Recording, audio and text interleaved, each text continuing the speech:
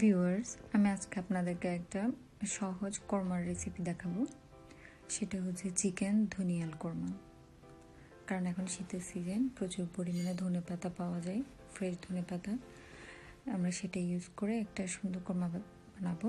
আর সেটার জন্য যা যা লাগছে সেটা হচ্ছে ধনিয়া পেস্ট, এটা আমরা ব্লেন্ড করে নিয়েছি, চিকেন, দই, পেঁয়াজ কুচি, রসুন পেস্ট, আদা পেস্ট আর পেঁয়াজ পেস্ট। চিকেনটা আমরা প্রথমে পরিষ্কার করে ধুয়ে এরপর পিস করে নিয়েছি পছন্দ মতো।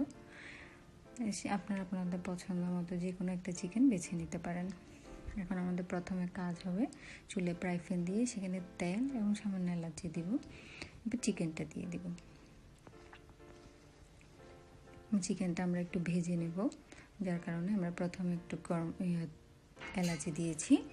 এরপর দিব চিকেনটা একটু নেড়ে নিব।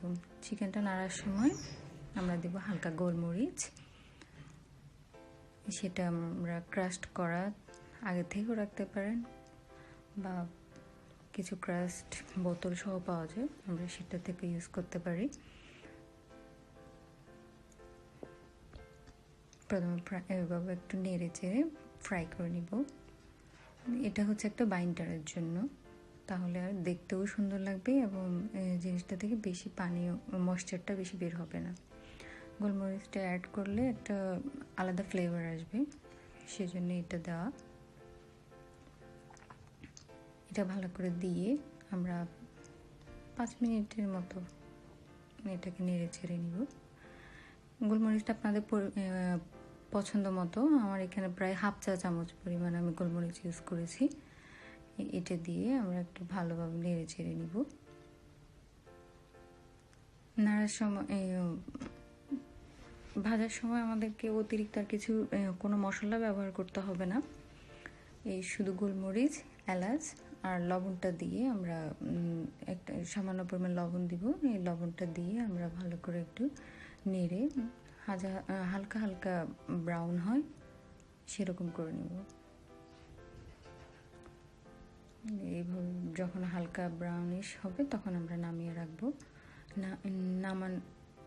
প্রতিটা পিসে সাবধানে নামাবো। নামানোর পরে একই তেলে আমরা কিছু পেঁয়াজ কুচি দিব। পেঁয়াজ কুচিগুলো হালকা ব্রাউন করে নেড়ে নিব। এটা যাতে কাঁচা না থাকে সেদিকে খেয়াল রাখবো।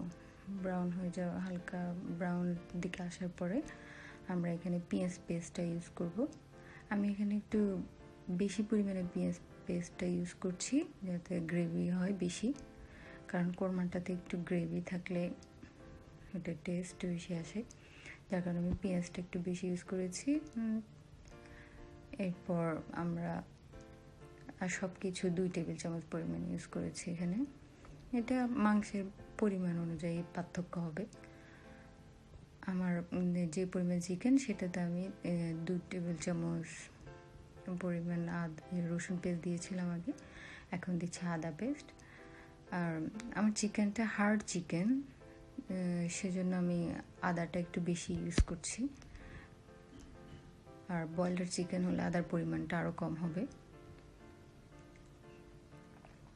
এগুলো ভালো করে কষিয়ে নিতে হবে।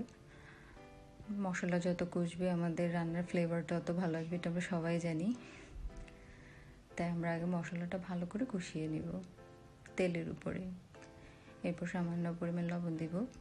যেহেতু লবণ আমরা আগেও ইউজ করেছি তাই এখন পরিমাণটা খুব অল্প হবে। এরপর যদি প্রয়োজন হয় আমরা আবার ইউজ করব। এখন শুধু মশলাটা কষানোর জন্য আমরা আরেকটু লবণ ইউজ করলাম। মশলাটা একটু ভাজা ভাজা যখন হয়ে যাবে এর সাথে আমরা গরম মশলা ইউজ করব। এখানে একটা কথা বলে রাখি, এই কোরমাটাতে আমাদের কোনো হলুদ বা লাল মরিচ ব্যবহার হয়নি, কারণ আমরা প্রথমে গোলমরিচ ইউজ করেছি, আবার এখন গরম মশলাটাতেও সামান্য গোলমরিচ ছিল ফ্লেভারের জন্য। এবার আমরা সামান্য কিছু যে ধনে পেস্ট ছিল সেটা থেকে সামান্য কিছু ইউজ করব জাস্ট ফ্লেভারের জন্য, আর বাকি পুরোটাই আমরা রান্না শেষে ইউজ করব। এবার আমরা চিকেনটা দিয়ে দিলাম। চিকেনটা কষাবো। এখন আমরা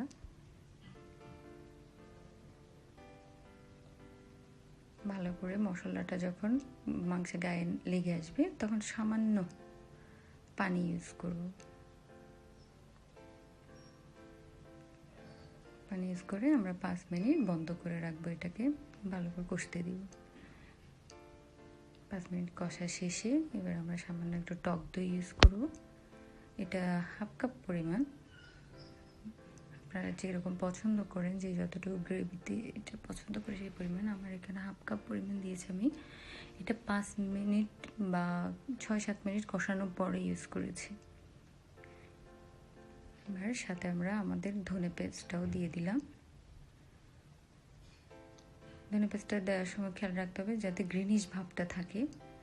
আমরা এরপরে বেশিক্ষণ সিদ্ধ করব না, সবুজ ভাবটা থাকলেই এই কোরমাটার মূল জিনিসটাই এটা, সবুজ সবুজ থাকবে। ভালো করে নেড়ে আমরা আবার একটু দমে দিব।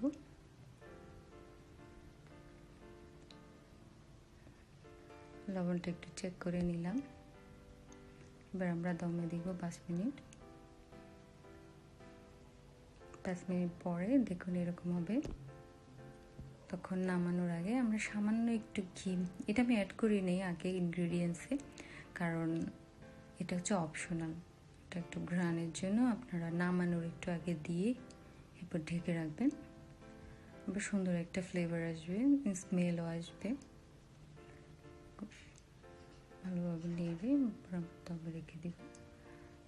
এটা আমরা পরিবেশনের আগে নামাবো।